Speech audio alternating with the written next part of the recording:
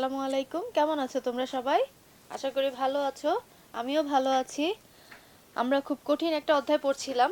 কঠিন বলবো না, বলবো এরকম যে আমরা সাধারণত আমাদের দৈনন্দিন জীবনে যেই কাজগুলো করি সেই কাজগুলোর একটা বৈজ্ঞানিক ব্যাখ্যা, তাই না?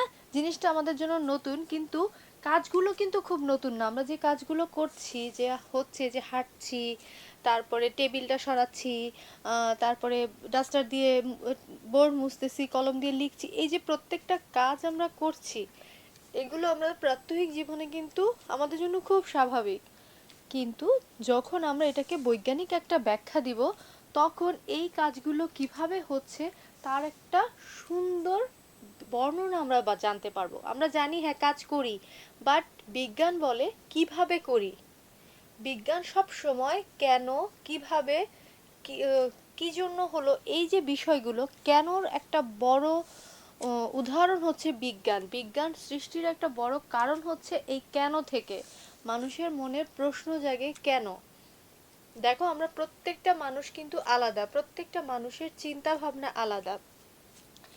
এই জন্যই কারো কারো কাছে, ধরো আমরা একটা বইয়ের একটা প্রশ্ন আমরা আনলাম, ধরো সেটা হচ্ছে নর্মাল বল, ঠিক আছে? তোমরা এই বল এক একজনের হুট করে একটা শব্দ বললাম বল, বল বললে এক একজন এক এক রকম চিন্তা করবে। কেউ চিন্তা করবে ফুটবল, কেউ চিন্তা করবে টেনিস বল, কেউ আবার চিন্তা করবে বল কি, বল শব্দটা কেন বললো। তাদের মাথায় ফুটবল, টেনিস বল বা কিছুই আসতেছে না। আর কারো মাথায় আসলো বিজ্ঞান বইয়ে বল মানে কি, বল মানে কি শক্তি। আমরা যে খেলে শক্তি হয়, আম্মু বলে খাও বল পাবা, দুধ খাও শরীরে বল আসবে। চিন্তা চিন্তা করো কত ডিভাইড হয়ে যাচ্ছে তোমাদের মধ্যেই। তো এই যে চিন্তাগুলো ডিভাইড হয়ে যাওয়া, বিজ্ঞান কিন্তু এখান থেকেই তৈরি হয়েছে। বিজ্ঞান তৈরি হয়েছে এরকম, আমাদের মনে প্রশ্ন জাগে যে একটা জিনিস, একটা ঘটনা কেন ঘটছে, তার ভেতরকার কাজগুলো বিশ্লেষণ করার জন্যই কিন্তু বিজ্ঞানটা সৃষ্টি হয়েছে। এখন থেকে বহু বহু বছর আগের থেকেই মানুষের মধ্যে এই কেন শব্দটা সৃষ্টি হওয়ার কারণেই বিজ্ঞানের সৃষ্টি হয়েছে। তো এখন যখন আমরা পড়তে যাচ্ছি একদম রিয়েল, আমরা এখন বলবো যে আমরা রিয়েল বিজ্ঞানের কেন শব্দটার বিশ্লেষণ করতে চাচ্ছি আমাদের প্রাত্যহিক জীবনে। এই অধ্যায় হচ্ছে ঠিক সেটাই, যে আমরা প্রাত্যহিক জীবনে যে কাজগুলো করছি কেন করছি বা কেন হচ্ছে এই কাজগুলো, এই উত্তরটা আমরা পাবো এই অধ্যায়ে। একদম সিম্পল অ্যান্সার। তো আমরা কিভাবে পাবো? বিভিন্ন ভাগে ভাগ করেছি। আমরা প্রথম যেটাই বললাম যে আমরা শুরু করেছিলাম কি দিয়ে, আমরা বলকে চিনব। এই অধ্যায়টা আমরা বল মানে শক্তি বা কাজ করার ক্ষমতাকে আমরা জানব এই অধ্যায়। তাহলে প্রথমে আমরা কি জানলাম, একটুখানি রিমাইন্ড করি যে আগে যে অধ্যায়গুলো আমরা মানে যে পার্টগুলো পড়েছি আমাদের মনে আছে কিনা। প্রথমে খুব সুন্দর এই যে পাঞ্জা লড়া একটা ছবি ছিল অধ্যায়ের প্রথমে। ওখানে কি হচ্ছে, শক্তি দিয়ে কার শক্তি বেশি পরীক্ষা করা হচ্ছে। আর বিজ্ঞানের ভাষায় বল হচ্ছে কাজ করার ক্ষমতা, মানে কোনো স্থির বস্তুকে গতিশীল করতে চাওয়া বা গতিশীল বস্তুকে স্থির করার জন্য যা প্রয়োগ করতে হয় সেটাই হচ্ছে বল। এটা হচ্ছে বিজ্ঞানের ভাষা। এবার আমরা আমাদের ভাষায় আসি। আমরা এই ডাস্টারটাকে তুলতে হলে আমাদের বল প্রয়োগ করতে হচ্ছে, আমাদের এই শক্তি লাগছে, তাই না? শক্তি ছাড়া কি আমি তুলতে পারছি? আমি যদি একদম দুর্বল হতাম, অনেক সময় তোমাদের যখন জ্বর আসে তখন তোমাদের পানির গ্লাসটা উঠাইতেও কষ্ট হয়, তাই না? যে ভাল লাগছে না, তুলতে ইচ্ছা করছে না। তো আবার যখন তোমরা সুস্থ হও তখন এই পানির গ্লাসে চট করে তুলে ফেলছো। কেন? কারণ তোমার শরীরে শক্তি আছে, বল আছে। তো কোনো একটা স্থির বস্তুকে আমি গতিশীল করব, মানে তারে উঠানোর ক্ষেত্রে যেই বল প্রয়োগ করতে যা প্রয়োগ করতে হচ্ছে, আবার ঠিক তেমনি যে কোনো একটা চরকি ঘুরছে, তুমি আঙ্গুল দিয়ে দিলা চরকিটার ঘোড়ার মাঝখানে, সে কিন্তু আঙ্গুলে বাড়ি খেয়ে থেমে গেল। তাহলে তোমার আঙ্গুলের শক্তি বেশি না চরকি ঘোরার চেয়ে? এই যে কোনো একটা গতিশীল বস্তুকে আমি থামিয়ে দিচ্ছি, সেটাও কিন্তু বল। বুঝতে পারছো? এটা আমি সিম্পল আমাদের দৈনন্দিন জীবন থেকে দিলাম। বিজ্ঞান কি করলো, দৈনন্দিন জীবনের সাথে সাথে আরো কি কি কাজে আমরা বলটা ইউজ করছি সেগুলো সব ডিটেলস বর্ণনা করলো। প্রথমে কি হলো, বল হচ্ছে ধাক্কা বা টানা। এইখান থেকে আমাদের শুরু। তখন এই বল বিষয়ক নিউটনের, বল এবং জড়তা বিষয়ক নিউটনের 3টা সূত্র আমরা পেলাম। কি? বাইরে থেকে কোনো রকম বল প্রয়োগ করা না হলে স্থির বস্তু, স্থির এবং গতিশীল বস্তু চলতেই থাকবে। ঠিক যেমন এই যে ডাস্টারটা স্থির আছে, সে স্থিরই থাকবে, নড়বে না যতক্ষণ পর্যন্ত আমি তাকে বল প্রয়োগ করব। ঠিক তেমনি চরকিটা চলতেছে, চরকিটা বন্ধ হবে না যতক্ষণ পর্যন্ত আমি বাইরে থেকে কোনো বল প্রয়োগ না করব। এই হচ্ছে তার প্রথম সূত্র। দ্বিতীয় সূত্র হচ্ছে, আচ্ছা, প্রথম সূত্রের সাথে ছিল একটা জড়তা। জড়তা হচ্ছে যে বস্তু যেই রকম আছে ঠিক সেই রকম থাকতে চাওয়ার প্রবণতা হচ্ছে জড়তা। যেমন ডাস্টারটা স্থির আছে, স্থির থাকতে চাওয়ার প্রবণতা হচ্ছে তার জড়তা। আর গতিশীল কোনো বস্তু তার গতিতে চলতে থাকার ইচ্ছাটাই তার হচ্ছে জড়তা। যে যেভাবে আছে ঠিক সেভাবেই চলতে চায়, সে তার অবস্থান পরিবর্তন করতে চায় না। এটা হচ্ছে জড়তার সংজ্ঞা। আচ্ছা, তারপরে নিউটনের দ্বিতীয় সূত্রটা দেখছি। নিউটনের দ্বিতীয় সূত্র হচ্ছে বস্তুর ভরবেগের পরিবর্তনের হার তার উপর প্রযুক্ত বলের সমানুপাতিক। বস্তুর ভর এবং বেগ, এই যে ভর আর বেগটা পরিবর্তন হচ্ছে, সে পরিবর্তনের হার মানে পরিমাণটা কতটুকু হবে বস্তুটার উপর আমি কতটুকু বল প্রয়োগ করেছি। মানে আমি বস্তুটার মধ্যে যদি এফ বল প্রয়োগ করি তাহলে তার ভর এম আর বেগ হচ্ছে ভি। আমরা ভি থেকে কি করে এটা বের করেছি মনে আছে? সেখান থেকে ভি হচ্ছে এ হচ্ছে B minus you by T. এটা কি মনে আছে? ভি হচ্ছে শেষ বেগ, ইউ হচ্ছে আদি বেগ, আর টি হচ্ছে সময়। ভর বেগ যখন আমি বলবো যে কোনো কিছুর ভর বেগের পরিবর্তন, মানে আগে যে বেগটা ছিল তার থেকে পরে যে বেগ হয়েছে সেটা যখন আমি বিয়োগ করব এবং কত সময়ের মধ্যে হয়েছে তা দিয়ে যদি আমি ভাগ করি তখন হবে এটা ত্বরণ। এই কারণে বস্তুটার আদি বেগ হচ্ছে ইউ বিয়োগ শেষ বেগ ভি বাই টি। টি মানে হচ্ছে সময়, কত সময়ের মধ্যে ইউ থেকে ভি বেগে বস্তুটা গিয়েছে। সো তখন হবে এই সূত্রটা F is equal two M A. এটা দিয়ে আমরা বেশ কয়েকটা অঙ্ক করেছিলাম, তাই না? বেশ কয়েকটা অঙ্ক দিয়েছিলাম। অঙ্কগুলো কি হয়েছে?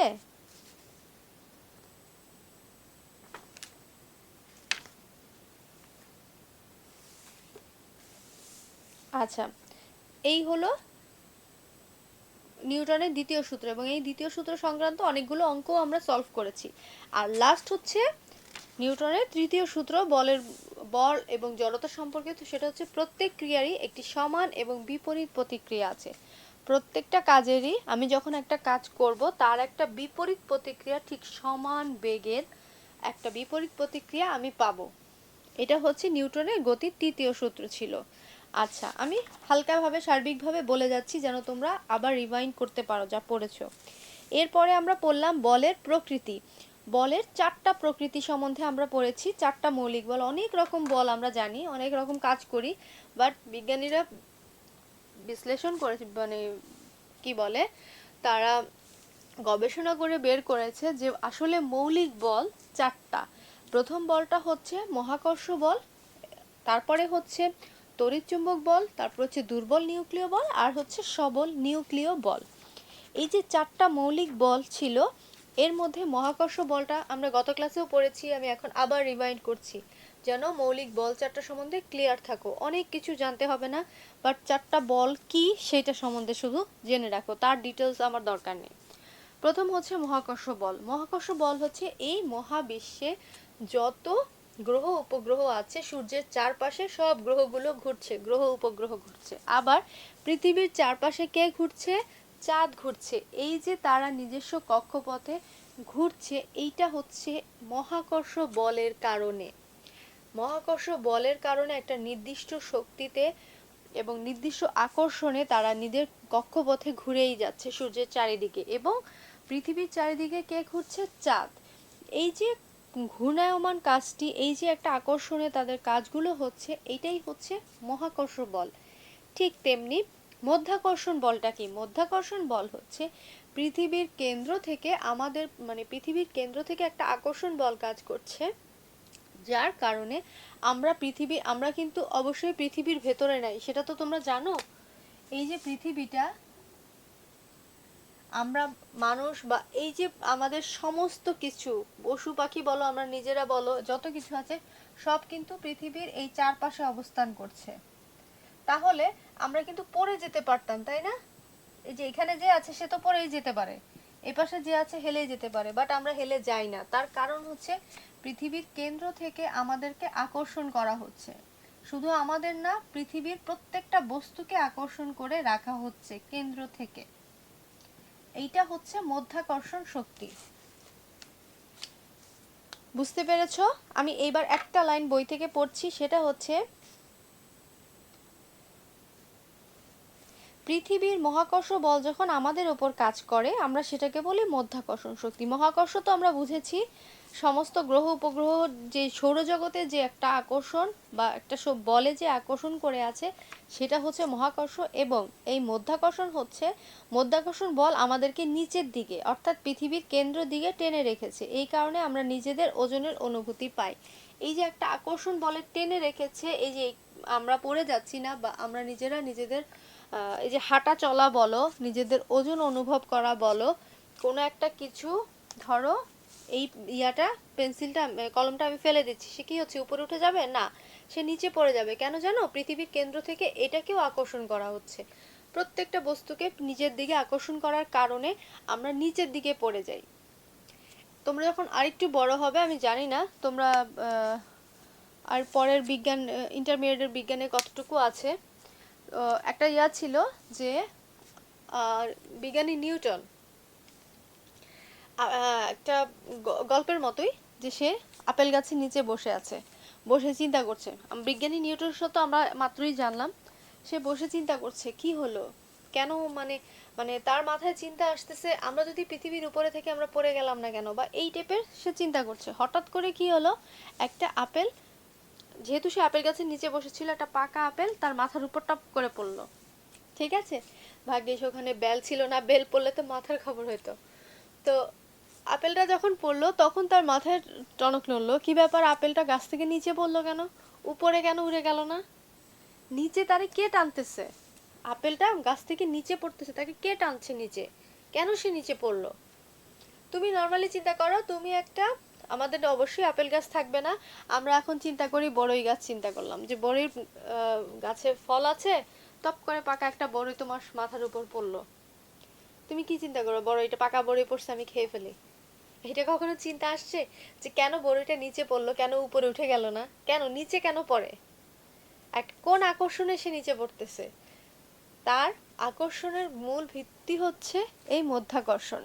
এইখান থেকেই তার এই মাথার উপর আপেলটা কেন পড়লো, নিচে কেন পড়লো, আপেলটা উপরে কেন উঠলো না, এই চিন্তা থেকেই সে মহাকর্ষ অভিকর্ষের একটা সূত্র আবিষ্কার করেছিলেন।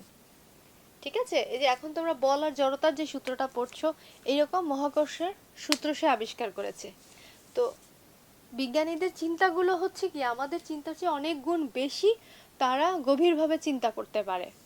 যেমন হয়তো পারে, এরকম হতে পারে আমিও হয়তো এভাবে চিন্তা করতাম না, বিজ্ঞানী নিউটন যেভাবে চিন্তা করেছে, এই কারণেই উনি বিজ্ঞানী নিউটন, আর আমরা সাধারণ মানুষ। যাই হোক, তো এই হচ্ছে ঘটনা, যে আমাদের প্রাত্যহিক জীবনের ঘটনাগুলোর প্রেক্ষিতেই কিন্তু বিজ্ঞান বিশ্লেষণ করে গবেষণা করে বের করে। তো ঠিক এমনি করেই মহাকর্ষ এবং মধ্যাকর্ষণটা আবিষ্কার করা হয়েছে, যে প্রত্যেকটা বস্তুকে পৃথিবী তার কেন্দ্রের দিকে টানে। ঠিক আরেকটা টান আছে, সেটা হচ্ছে পুরো সৌরজগতের, সৃষ্টি জগতের সকল বস্তু তাদের ভরের কারণে একে অপরকে যে বল দিয়ে আকর্ষণ করে সেটাই হচ্ছে মহাকর্ষ, আর মধ্যাকর্ষণ হচ্ছে পৃথিবীর, শুধু পৃথিবীর মধ্যের কথা বললাম। আর সারা সৌরজগতে যে একটা আকর্ষণই আছে সেটা হচ্ছে মহাকর্ষ। এবার চলে আসি তড়িৎ চুম্বক বল। তড়িৎ চুম্বক বলটা মহাকর্ষ বলের চেয়ে অনেক বেশি শক্তিশালী, এবং এই তড়িৎ চুম্বক বলটা বোঝার খুব সহজ একটা উদাহরণ হচ্ছে শীতকালে যখন আমি চিরুনি দিয়ে চুলটা আঁচড়াই, তারপর কিছু কাগজের টুকরা দিলে চিরুনিটা আকর্ষণ করে, তার মানে হচ্ছে এটা একটা চৌম্বকীয় বল আবিষ্কার করে তারা নিজেদের মধ্যে। এইটাই হচ্ছে তড়িৎ চুম্বকীয় বল। তারপর হচ্ছে দুর্বল নিউক্লিয় বল। দুর্বল নিউক্লিয় বলটা হচ্ছে কি তড়িৎচুম্বক বলের চেয়ে দুর্বল, কিন্তু মহাকর্ষ বলের চেয়ে কিন্তু সে দুর্বল না। এবং দেখা যায় সবচেয়ে বেশি দুর্বল বলটাই হচ্ছে মহাকর্ষ বল। আচ্ছা, তড়িৎচুম্বকীয় বলের চেয়ে এই বলটা, তড়িৎচুম্বক বল কিন্তু অনেক দূর থেকেও আকর্ষণ করতে পারে, বাট দুর্বল নিউক্লিয় বলটা কি হয়, খুব দূরের থেকে আকর্ষণ করে না, তার আকর্ষণের ক্ষেত্রটা হচ্ছে ছোট। ঠিক আছে। আচ্ছা, তেজস্ক্রিয় নিউক্লিয়াস থেকে যে বিটা রশ্মি, এখানে বেটা লেখা আছে, এটা বিটা হবে, হ্যাঁ, বিটা রশ্মি বা ইলেকট্রন বের হয়, সেটার কারণ হলো এই দুর্বল নিউক্লিয় বল। সিম্পল একটা উদাহরণ। তারপরে হচ্ছে সবল নিউক্লিয় বল, এটা খুবই শক্তিশালী, এটা হচ্ছে সৃষ্টিজগতের সবচেয়ে শক্তিশালী বল। তড়িৎ চুম্বকীয় বল থেকেও 100 গুণ বেশি শক্তিশালী এই বলটা। এটাতে হচ্ছে নিউক্লিয়ার বল, এখানে হচ্ছে এই যে নিউক্লিয়াসগুলো ভাঙা হয় যে শক্তি দিয়ে, আবার ছোট ছোট ক্ষুদ্র নিউক্লিয়াসগুলোকে একত্র করে একটা বড় নিউক্লিয়াস তৈরি করা হয় বিজ্ঞানের কাজে। এই বলটা ওই সবল নিউক্লিয় বল দিয়ে করা হয়, এবং ওই বলটা খুব শক্তিশালী হতে হয়। তাহলেই নিউক্লিয়াসের যে নিউক্লিয়াসকে ভেঙে ছোট ছোট নিউক্লিয়াসকে তৈরি করা যায়, আবার ছোট নিউক্লিয়াসকে একত্র করে বড় একটা নিউক্লিয়াস তৈরি করা হয়। এবং এই সবল নিউক্লিয় বল দিয়ে কি হয়, নিউক্লিয়ার বোমা তৈরি করা হয়, যেটা খুবই শক্তিশালী। এই হচ্ছে 4টি মৌলিক বলের প্রকৃতি। আমি গত ক্লাসে বলেছিলাম, এখন আবার রিভাইন্ড করলাম। এখন চলে আসবো আমরা সামনের পড়ার দিকে, স্পর্শ বল এবং অস্পর্শ বল। স্পর্শ শব্দটা শুনে কেমন মনে হচ্ছে? স্পর্শ শব্দটা শুনে মনে হচ্ছে যা আমি স্পর্শ ছুঁয়ে দেখতে পারি সেইটা। আর অস্পর্শটা তাহলে কি, যা ছোঁয়া যায় না, ঠিক সেটা। দুইটার খুব সিম্পল একটা মানে ভাষায় আমি নিয়ে আসলাম। স্পর্শ বল হচ্ছে যেটা ছোঁয়া যাবে, আর অস্পর্শ বল যেটা ছোঁয়া যাবে না। শেষ। এইবার আমি দেখি বিজ্ঞান এই স্পর্শ বল অস্পর্শ বলকে কিভাবে সংজ্ঞায়িত করেছে। তোমরা যখন তোমাদের দৈনন্দিন জীবনে নানা কাজে বল ব্যবহার করো, তখন তোমাদের মনে হতে পারে কোনো কোনো বল প্রয়োগ করতে হলে স্পর্শ করতে হয়। ক্রেন দিয়ে ভারী জিনিস তোলা, কোনো কিছুকে ধাক্কা দেয়া, কিংবা চলতে চলতে ঘর্ষণের জন্য চলন্ত বস্তু থেমে যাওয়া। আবার তোমরা লক্ষ্য করেছো কোনো কোনো বল প্রয়োগের জন্য স্পর্শ করতে হয় না। কোনো কিছু ছেড়ে দিলে মাধ্যাকর্ষণ বলের জন্য নিচে পড়া চুম্বকের আকর্ষণ। দেখো, আমরা সিম্পল কয়েকটা কাজ বললো, যে ক্রেন দিয়ে ভারী কিছু নিচে উপরের দিকে তোলা, একটা মেশিন, ক্রেন মেশিনটা দিয়ে ভারী জিনিস উপরে তোলা, এটা আমাকে ধরে তুলতে হবে। ঠিক তেমনি আমরা যখন ভারী কোনো কিছুকে, টেবিলটাকে ধাক্কা দিয়ে সরাচ্ছি, তখন আমাকে বল প্রয়োগ করতে হচ্ছে ধরে। আর অপরদিকে যখন আমি এই যে মাধ্যাকর্ষণ শক্তিটা বললাম, যে পৃথিবীর কেন্দ্রে আমাদের সকলকে আকর্ষণ করা হচ্ছে, এই যে আকর্ষণটা, এটা কি আমরা দেখতে পাচ্ছি, এটা কি আমাদের ছুঁয়ে আকর্ষিত করা হচ্ছে না, এইটা স্পর্শ করার প্রয়োজন হচ্ছে না, এইটা হচ্ছে অস্পর্শ বল। আর যা আমাদের ধাক্কা দিয়ে বা টেনে বা কোনোভাবে কি বলে বল প্রয়োগ করে করতে হচ্ছে, সেইটা হচ্ছে স্পর্শ বল, ধরে যেটা বল প্রয়োগ করতে হচ্ছে। আর যেটা ধরতে হচ্ছে না, সেটা হচ্ছে অস্পর্শ বল। আচ্ছা, কাজেই আমরা বলকে স্পর্শ এবং অস্পর্শ দুই ধরনের বলে ভাগ করতে পারি। স্পর্শ বলের উদাহরণ হিসেবে আমরা ঘর্ষণ বল নিয়ে আলোচনা করব। এখন আমরা নতুন একটা বল নিয়ে আলোচনা করব, খুব সিম্পল একটা বল, আমরা খুব দ্রুত মানে সবসময় এই কাজটা আমাদের সাথে হচ্ছে, সেটা হচ্ছে ঘর্ষণ বল।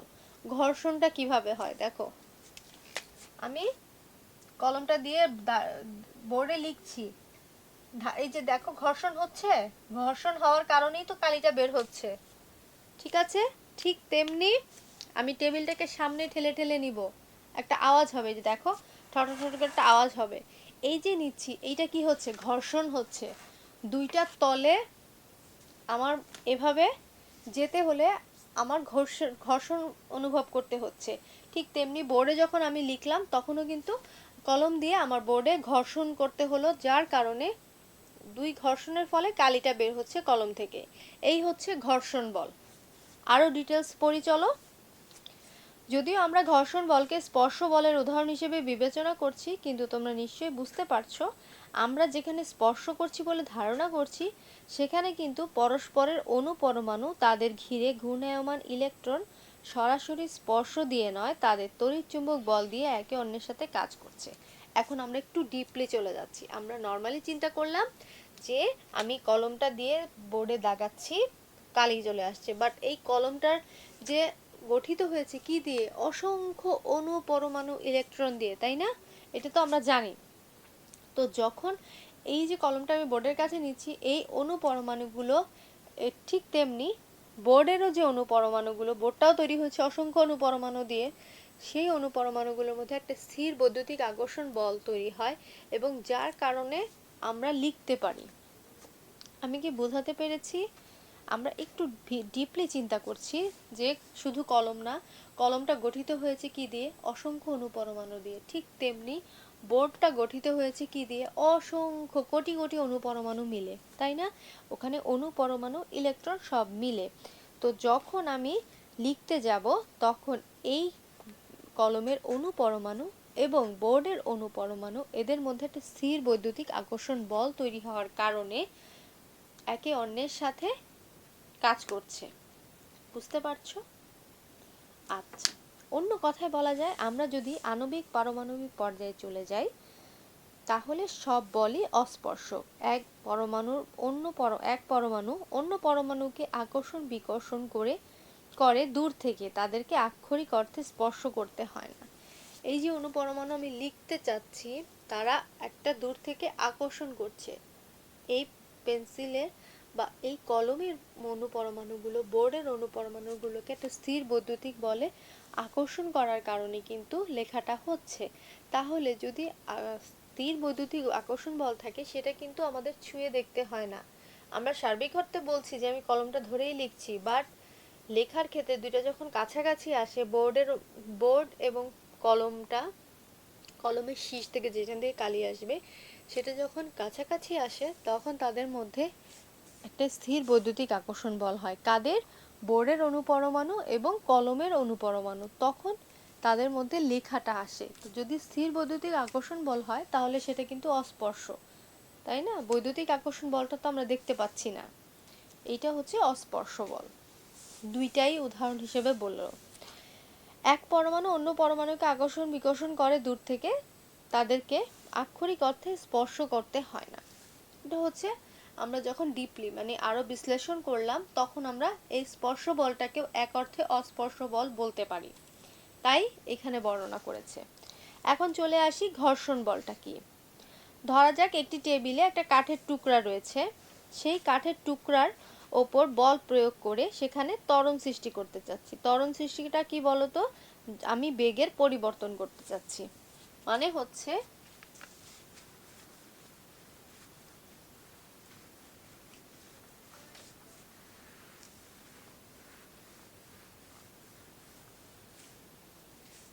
খুব ভালো করে খেয়াল করো।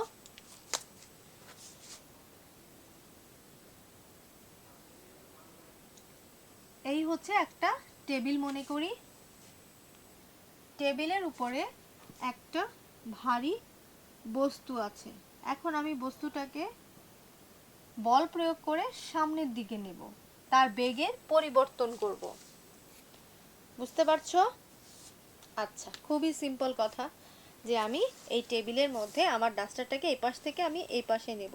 এই যে দেখো নিচ্ছি কিভাবে, ঘষে ঘষে যাচ্ছে না? ঠিক তেমনি যখন আমি বল প্রয়োগ করলাম,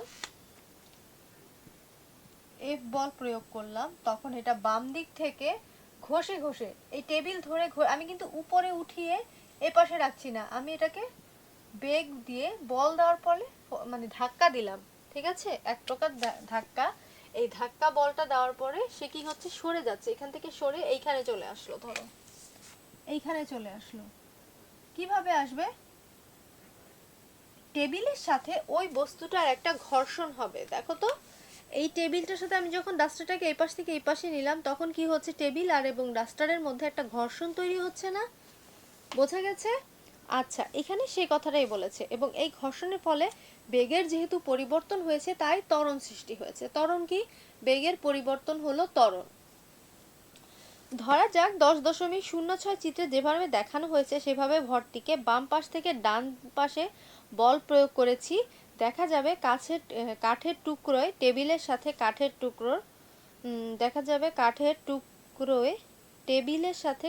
টুকরোয় ঘর্ষণের ফলে একটি ঘর্ষণ বল F তৈরি হয়েছে এবং সেটা ডান দিক থেকে বাম দিকে বল প্রয়োগ করা বলটিকে কমিয়ে দিচ্ছে। একটু খেয়াল করো ঘর্ষণ বলটা আসলে কি।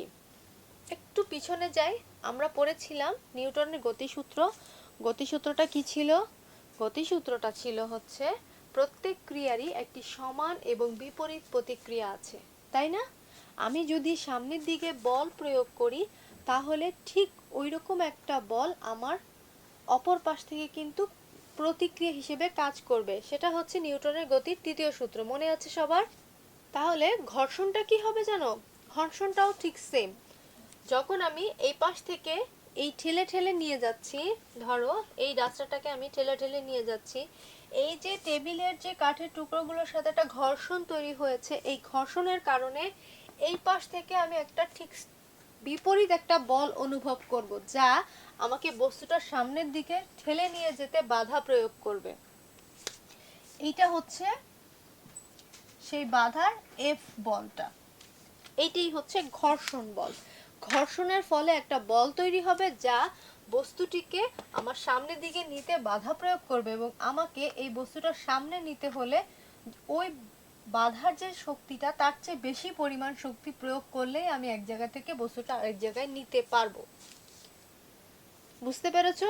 যদি এইটা বোঝো তাহলে আরেকটা জিনিস খুব ইজিলি বুঝতে পারবা। পাশের চিত্রটা দেখো, আসলে ঘর্ষণটা কেন হচ্ছে এবং এই ঘর্ষণের কারণে আমি কেন বাধা একটা অনুভব করছি। বাধা অনুভব করছি কারণ বইটা পরে পড়বো, আগে আমরা মৌখিকভাবে বুঝি কেন আমি এই ঘর্ষণের কারণে বাধা অনুভব করছি। বাধা অনুভব করছি কারণ আমরা অনুবীক্ষণ ছাড়া আমাদের নিজেদের চোখে যদি দেখি অনেক কিছু, ধরো এই টেবিলটা যে দেখছি, এই টেবিলটা আমার কাছে খুব মসৃণ মনে হচ্ছে, অথচ যখন তুমি অনুবীক্ষণ যন্ত্রে দেখবে তখন দেখবে এই যে টেবিলটার যে কাঠগুলো আছে কিছুটা উঁচা নিচে আছে, মানে একদম মসৃণ না। মসৃণ যে হয় না তা না, বাট বেশিরভাগ ক্ষেত্রে চেয়ার টেবিল আমরা যেগুলো বানাচ্ছি বা যে কোনো ফার্নিচার বানাচ্ছি এটা 100% মসৃণ হয় না। আমরা সার্বিক অর্থে দেখছি যে হ্যাঁ এটা মসৃণ, বাট যখন আমি অনুবীক্ষণ যন্ত্রে দেখব তখন দেখব সেটা মসৃণ না। এই যে একটু খাঁজ উঁচা নিচা ভাঙা আছে, এই ভাঙার মধ্য দিয়ে যখন আমার এই টেবিলটার মধ্যেও কিছু উঁচা নিচা আছে, যখন আমি এই বস্তুটাকে সামনের দিকে নিব তখন ওই বস্তুর এটাও আমি যে ক্লিন দেখছি হয়তো এর মধ্যেও ভাঙা কিছু আছে, উঁচা নিচে আছে। তো যখন আমি নেব নিচে একটু খাঁচকাটা খাঁচকাটা আছে, ধরো এই টেবিলটা মসৃণ না, এই টেবিলে একটু খাঁচকাটা যে এরকম টাইপের খাঁচকাটা আছে, ঠিক আছে? আর যখন আমি এই ডাস্টারটা নিচ্ছি ডাস্টারের মধ্যেও কিছু এই খাঁচকাটা আছে, এই খাঁচকাটা যখন যাচ্ছে এবং এই পার্ট দুইটাই যখন ভাঙা ভাঙা যাচ্ছে, এটা মসৃণ জিনিস, একটা মসৃণ মার্বেলের ফ্লোরের মধ্যে একটা বস্তু যত সহজে টানা যায়, পাকা করা একটা ফ্লোরের মধ্যে এত সহজে টানা যায় না, একটু কষ্ট হয়। তার কারণ হচ্ছে পাকাটা আমার সার্বিক অর্থে দেখছি আমি মসৃণ, কিন্তু এটা আসলে একটু খাঁচা খাঁচা করা আছে, খাঁচকাটা করা থাকে, মানে কমপ্লিট মসৃণ হয় না। এই কারণে যখন একটা বস্তু আমি টেনে নিব তখন আমার ওই খাঁচকাটা বা ভাঙাচোরা একটু উঁচা নিচা থাকার কারণে টানতে কষ্ট হয়। ঠিক এইটাও এরকম যে বস্তুটার আর টেবিলের খাঁচকাটা বা একটু ভাঙার যে অংশটা ওটার মধ্যে যখন যায় তখন আমার ঠেলে নিতে একটু বেশি বল প্রয়োগ করতে হয়। এইটাই হচ্ছে ঘর্ষণের বাধা। এই যে খাঁচকাটা থাকার কারণে নিতে আমার কষ্ট হচ্ছে, এইটাই হচ্ছে বাধা। ঘর্ষণ বল এটাকেই বলে। এবার বইয়ের দিকে তাকায়, আমি তো নর্মাল কথা বললাম, বইয়ে বৈজ্ঞানিকভাবে কি বিশ্লেষণ করেছে সেটা দেখি। একটু ছবিটার দিকে দেখো, 10.07 চিত্রে প্রকৃতপক্ষে দুটি এবড়ো থেবড়ো পৃষ্ঠের কারণে তৈরি হয় কি জানো? ঘর্ষণ তৈরি হয়। দেখো এই যে এই তুমি দেখছো টেবিলটা খুব ক্লিন, বইয়ের দিকে তাকাই দেখো, যখন আমি অনুবীক্ষণ যন্ত্রে দেখবো যে টেবিল এবং ওই যে ভারী বস্তুটা তাদের আকৃতি আসলে একটু এই যে এবড়ো থেবড়ো আছে, এই কারণেই কিন্তু জিনিসটা যেতে বাধা প্রাপ্ত হয় এবং আমাকে বেশি বল প্রয়োগ করতে হয়। বোঝা গেছে? বইয়ে দেখি, ধরা যাক একটি টেবিলে কোনো একটি কাঠের টুকরো রয়েছে এবং সেই কাঠের টুকরোর উপর বল প্রয়োগ করে সেখানে ত্বরণ সৃষ্টি করতে চাচ্ছি। ধরা যাক 10.06 চিত্রে যেভাবে দেখানো হয়েছে সেভাবে ভরটির ওপর বাম থেকে ডান পাশে বল প্রয়োগ করছি। দেখা যাবে কাঠের টুকরোয় টেবিলের সাথে কাঠের টুকরোর ঘর্ষণের কারণে একটি ঘর্ষণ বল এফ তৈরি হয়েছে এবং সেটা ডান দিক থেকে বাম দিকে বল প্রয়োগ করে কাজটি বলটাকে কমিয়ে দিচ্ছে, যে অপর দিকে এফ বল প্রয়োগ হয়েছে। কাঠের টুকরোর উপর যদি খানিকটা ওজন বসিয়ে দেই, মানে এই টুকরোর উপর যদি আরও একটা ওজন আমি বসিয়ে দেই, তখন কি হবে? তখন ঘর্ষণটা আরো কমে যাবে, কারণ উপর থেকে ভার সৃষ্টি হবে। সরি,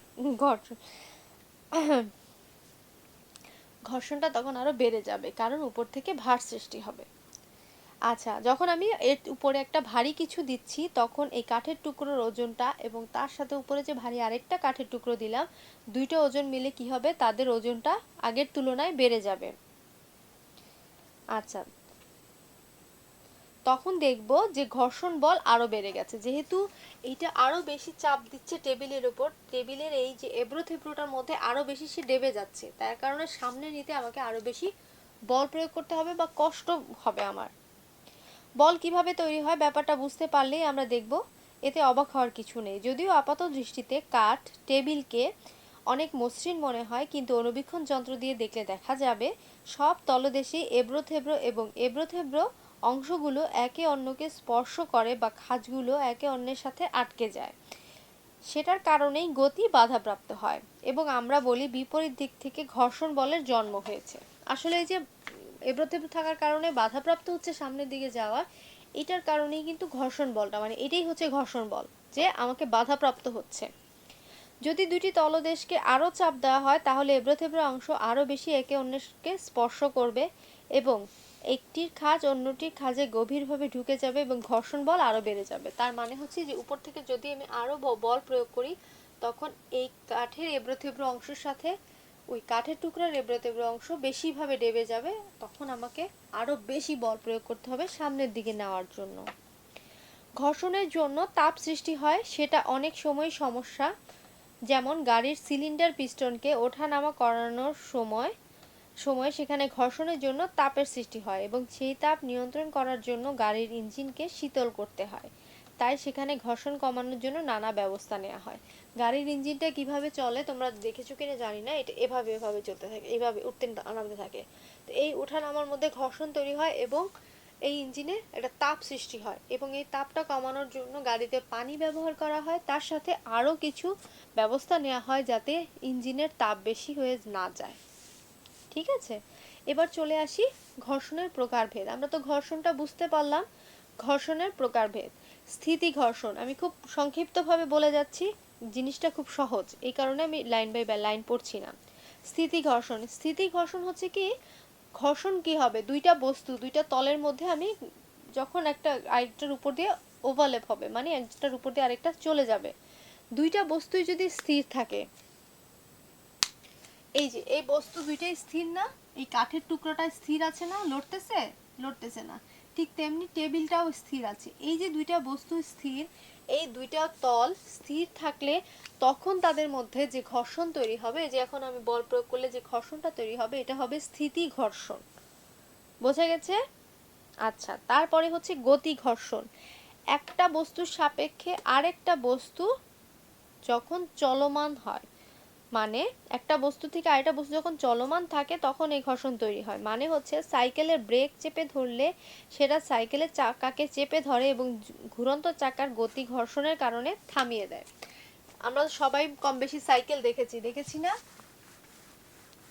সাইকেলের ব্রেক চেপে ধরলে সাইকেলের চাকাটা আটকে যায়। কিভাবে আটকায় জানো? যদিও তোমরা অনেকেই জানবে, আবার অনেকে হয়তো জানোও না। এই তো হচ্ছে চাকাটা, আমি চাকাটাই শুধু আঁকলাম। এইখান থেকে যখন এই তো সাইকেলের ইয়াটা শুরু হচ্ছে, প্যান্ডেলটা এই জায়গাটাতে এরকম একটা দণ্ড দেয়া থাকে এবং এইটা তারের সাথে যুক্ত থাকে। এই দণ্ডটা কি হয়, যখন আমি ব্রেক চেপে ধরছি তখন এই দণ্ডটা খুব শক্তভাবে এই ঘুরন্ত চাকাকে চেপে ধরে। চাকা তো ঘুরছে, তাই না, ঘুরছে, আর এই দণ্ডটা তখন কি হয়, ছোট একটা প্লাস্টিকের মতোই থাকে শক্ত। যখন আমি উপর থেকে ব্রেক চেপে ধরি তখন এই তারের সাথে যেহেতু কানেক্টেড, সেই প্রেসারটা সে ওই চাকার দণ্ডটার মধ্যে যেয়ে পড়ে এবং সে দণ্ডটা চাপ দিয়ে শক্ত করে চাকাটাকে ধরে। তখন এই যে চাকাটা আর ঘুরতে পারে না খুব ভালোভাবে, ঘর্ষণের কারণে থেমে যায়। তো এই যে চাকাটা হচ্ছে গতিশীল এবং এই বস্তুটা কিন্তু গতিশীল না, তাই না?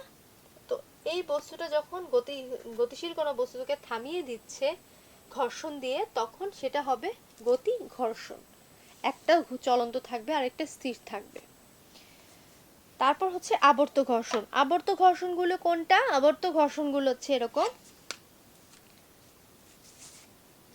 একটা মসৃণ তলে যখন আমি একটা ব্যাগ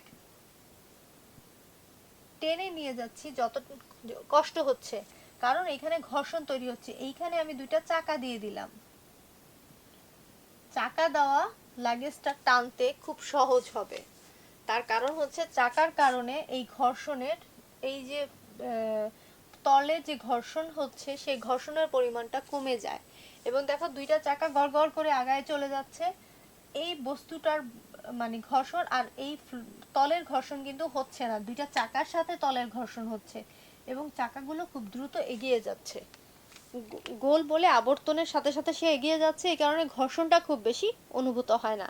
এটাই হচ্ছে আবর্ত ঘর্ষণ, আবর্তনের মাধ্যমে, বারবার আবর্তনের মাধ্যমে সে ঘর্ষণ করছে কিন্তু এগিয়েও যাচ্ছে, এটা হচ্ছে আবর্তন। আর প্রবাহী ঘর্ষণটা কি? যখন কোনো বস্তু তরল বা বায়বীয় পদার্থের ভেতর দিয়ে যায় তখন সেটা যে অনুভব, প্রথম হচ্ছে যে কোনো একটা বস্তু, আমরা এই যে কথা বলছি আমাদের চারপাশে কি আছে? বায়ু আছে না? বায়ু একটা মাধ্যম আছে। তো যখন কোনো বস্তু সেই বায়ু মাধ্যম বা তরল কোনো মাধ্যমের মধ্য দিয়ে যায় তখন সে যে পরিমাণ ঘর্ষণ, এই যে আমরা যাওয়া আসা করছি, আমরা বাতাসের সাথে আমাদের ঘর্ষণ হচ্ছে না, ঠিক তেমনি তো যখন তুমি পানিতে যাচ্ছ, পানি চারপাশে তোমাকে থাকছে, তুমি পানিতে ঝাঁপ দিচ্ছ, একটা ফোর্স দিয়ে ঝাঁপ দিচ্ছ, অনেক সময় কি হয়, অনেক উঁচু থেকে ঝাঁপ দিলে শরীরের অনেক অংশে ব্যথা প্রয়োগ হয়, ব্যথা লাগে। কেন? কারণ পানিটা, এই যে একটা ঘর্ষণ হচ্ছে শরীরের সাথে পানির একটা ঘর্ষণ, একটা চাপ সৃষ্টি হচ্ছে। তো তাইলে ওইটাও কি একটা মাধ্যম হচ্ছে না? ঠিক তেমনি আমরা তো চারপাশে বায়ু দিয়েই সারাউন্ডেড থাকছি, পরিবেষ্টিত আছি, তো এই যে চলাফেরা করছি আমাদের বায়ুর সাথে কিন্তু আমাদেরও ঘর্ষণ হচ্ছে। এইটাই হচ্ছে প্রবাহী ঘর্ষণ। উদাহরণ হিসেবে একটা দিয়েছে যে প্যারাশুট দিয়ে যখন প্লেন থেকে ঝাঁপিয়ে পড়ে তখন বাতাসের প্রবাহী ঘর্ষণের কারণে ধীরে ধীরে নেমে আসতে পারে। মানে মানুষটা যখন প্যারাশুট দিয়ে নিচে নেমে যাচ্ছে তখন কি হচ্ছে, সে ধুম করে পড়ে যেত, বাট যখন আমি প্যারাশুটটা ছাড়ছি, মানে ছাতার মতো একটা কিছু দিচ্ছি, সে বায়ুর ঘর্ষণে ধীরে ধীরে, ঘর্ষণ যেহেতু হচ্ছে তাই তার বলটা আস্তে আস্তে কমে যাবে। এই যে দেখো একটু আগে যেটা আমি, যে ঘর্ষণের কারণে বল কিন্তু একটা বিপরীত প্রতিক্রিয়া সৃষ্টি হওয়ার কারণে কিন্তু বলটা কমিয়ে দেয়। ঠিক তেমনি প্যারাশুট দিয়ে যখন অনেক উপর থেকে নামতে থাকে তখন বায়ুর সাথে সেই প্যারাশুটের ঘর্ষণে ধীরে ধীরে এই বলটা কমিয়ে দেয় এবং যখন সে মাটিতে নেমে আসে তখন সেই বলের পরিমাণ অনেক কমে যায় বলে মানুষ কোনো রকম আঘাত ছাড়াই মাটিতে নেমে আসতে পারে। এই হচ্ছে প্রবাহী ঘর্ষণ। তো ঘর্ষণ বুঝলাম, ঘর্ষণের প্রকারভেদ বুঝলাম, বোঝা হয়েছে আমাদের। এখন আমরা সামনে আজকে আর আগাবো না, আজকে এই ঘর্ষণ পর্যন্তই থাকবে। বাসায় একক কাজ, হ্যাঁ, 225 পৃষ্ঠা দেখো, একটি কাগজের উপর থেকে ছেড়ে দাও, নিচে পড়তে যতটুকু সময় লাগে অনুমান করো। এবার কাগজটি দলা মোচড়া করে একটি বলের মতো করে ছেড়ে দাও, এবার দেখো কত সময় লেগেছে এবং কেন। এই প্রশ্নের উত্তরটা তোমরা বের করে আনবে আগামী ক্লাসে। এই হচ্ছে একটা এসডব্লিউ। আরেকটা এসডব্লিউ তোমাদেরকে দেব, বইয়ের সৃজনশীল প্রশ্ন যেটা আছে 2 নাম্বার প্রশ্নটা, সবাই বইয়ের পৃষ্ঠা নাম্বার 229 খোলো। 2 নাম্বার প্রশ্ন, সূর্য দৈনন্দিন জীবনের বিভিন্ন ঘটনা নিয়ে পরীক্ষা নিরীক্ষা করে থাকে। একদিন সে বাসায় একটি ভারী টেবিলের সামনে চেয়ারে বসে টেবিলকে টানতে শুরু করলো, কিন্তু চেয়ার সহ সে নিজেই টেবিলের দিকে সরে গেল, মানে টেবিল তার কাছে আসলো না, সেই উল্টা টেবিলের কাছে চলে গেছে, কারণ তার চেয়ে টেবিলের শক্তিটা বেশি। পরদিন সে একটি মার্বেলকে রুমের মসৃণ মেঝেতে নির্দিষ্ট বলে গড়িয়ে দিল। এরপর বাসার বাইরে পিচের রাস্তায় একই মার্বেলকে একই বলে গড়িয়ে দিল। তখন এটি তার চেয়ে কম দূরত্ব অতিক্রম করলো। প্রথমে হচ্ছে একটা মার্বেলকে মসৃণ তলে যখন আমি গড়িয়ে দিব তখন সে যত দ্রুত যাবে, কারণ এখানে ঘর্ষণ হচ্ছে না, তলে কোনো এবড়োথেবড়ো নেই, মসৃণ তল, সে খুব দ্রুত পাস হতে পারছে। বাট যখন পিচঢালা রাস্তায় যাব সেটা তো অবশ্যই এবড়োথেবড়ো থাকবে, সেই কারণে তার গতিতে বলটা যখন আমি ছাড়বো তার গতিতে বাধা সৃষ্টি হবে। মাত্রই আমরা এই অধ্যায়টা পড়েছি, মানে এই পার্টটা পড়েছি। গতিতে বাধা সৃষ্টি হওয়ার কারণে সে অনেক বেশি দূর অগ্রসর হতে পারবে না। এই হচ্ছে সূর্যের বিভিন্ন পরীক্ষা নিরীক্ষা দৈনন্দিন জীবনে। এখন ওই অনুচ্ছেদ সংক্রান্ত প্রশ্নগুলো কি? ক, নিউটনের গতি বিষয়ে দ্বিতীয় সূত্র কি? আমি কিছুই বলবো না, বইয়ে খুব সুন্দরভাবে আছে। জড়তা বলতে কি বোঝো? জড়তা তো আমি জানি, কোনো বস্তু যেভাবে আছে ঠিক সেভাবে থাকতে চাওয়ার প্রবণতাই হচ্ছে জড়তা। তারপর হচ্ছে চেয়ার সহ সূর্য টেবিলের দিকে সরে আসলো কেন? চেয়ার সহ সে টেবিলটাকে তার কাছে না এনে টেবিলটার কাছেই কেন সে সরে গেল? এইটার একটা সুন্দর ব্যাখ্যা আছে, সুন্দর করে লিখবে। কি লিখবে আমি এখন বলবো না। মার্বেলটির দুইটি স্থানে অতিক্রান্ত দূরত্ব ভিন্ন হওয়ার কারণ বিশ্লেষণ করো। আমার তো মনে হয় আলাদা করে আবার কারণ আমাকে বলার কিছু নাই, এটা একটা ঘর্ষণের উদাহরণ, এবং এটার উত্তরটা কিভাবে লিখতে হবে তোমরা বাসায় প্র্যাকটিস করবা। আগামী ক্লাসে আমি তো আছি, আগামী ক্লাসে আমি বলে দিচ্ছি, বাট এটা অবশ্যই বাসায় আজকে প্র্যাকটিস করবে। তাহলে প্রথম হচ্ছে 200 SW হলো, লিখে দেই না তাহলে মনে থাকবে ভালো হবে। SW প্রথমটা হচ্ছে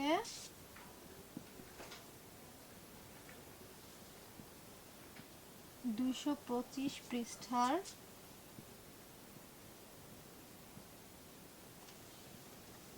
একক কাজ।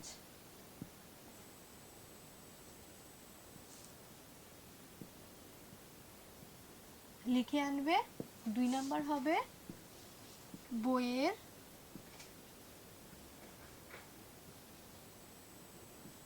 সৃজনশীল প্রশ্ন